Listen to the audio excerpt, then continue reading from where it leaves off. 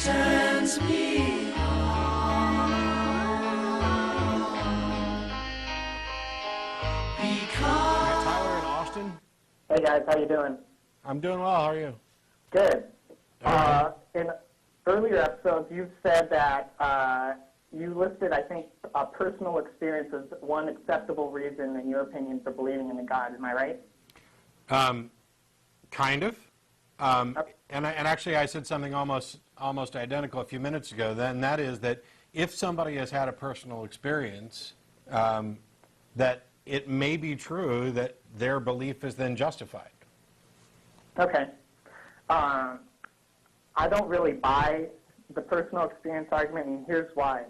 Well, first of all, I can't draw a conclusion from someone else's personal experience about the existence of God or not, because that's going to happen between Right. the person and the God or the voice in their head. Right.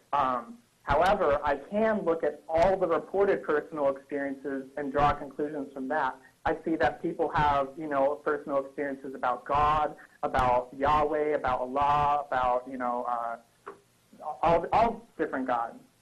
And so what you have to look at is, okay, so if one of these religions is true and one of these gods is real, what's with all these other people? They could all be lying, or they could all be schizophrenic, or they could just be mistaken about their conclusions from a certain experience that they So had. far, we're in complete agreement.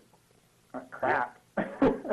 I agree, and I've said this from my point of view. Seeing this diverse range of claims of personal experience, to me, is evidence that the best possible explanation is that they are all wrong. But to the individual, that's what I mean when I say they may be justified. For example, if I'm sitting at home this evening after the show and after dinner, and there happens to be a God who exists, and he reveals himself to me and demonstrates that it's true, and I don't know specifically what that would entail in order to convince me that it was not a delusion or anything else, but if there was a God, certainly they'd be able to accomplish that much. Otherwise, there's not a lot of point in giving them the title.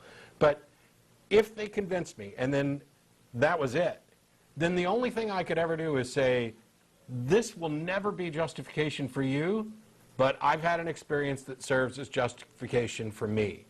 The difference is between that, and if it happened to me versus all the other people who think that it's happened to them, is that I'd never come on TV and tell somebody else that I think they should believe based on my experience.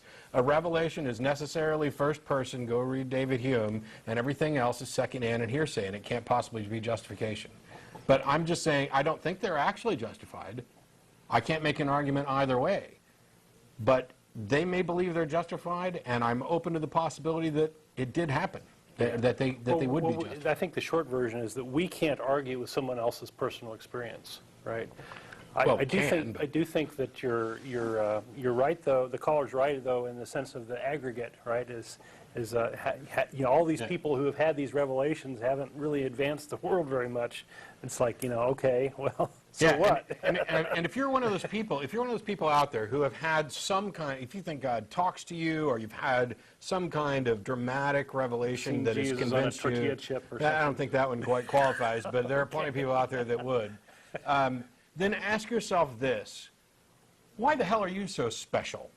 What about all the other people throughout history who have been desperately trying to find an answer to all of this, desperately seeking out a God, people who wanted nothing more than to be ministers or to fulfill those obligations, people who have studied the cosmos and peeked under every rock, people who have hit their knees and prayed for hours on end and asked God to reveal himself to them, and they get squat, and yet you get this special treatment. What the hell is so special about you? Right? And the people who think that God grabbed the steering wheel to save them from being in an accident, what makes you so special? And why would you worship a God who seems so capricious about who he's going to reveal himself to? Doesn't he love everybody? Aren't we all entitled to these kind of experiences? He's mysterious. That's the answer. He's mysterious. That's the rationalization. Yeah, it's a big old mystery, and if you're comfortable with that, there's something wrong with you. because the world is round, it turns me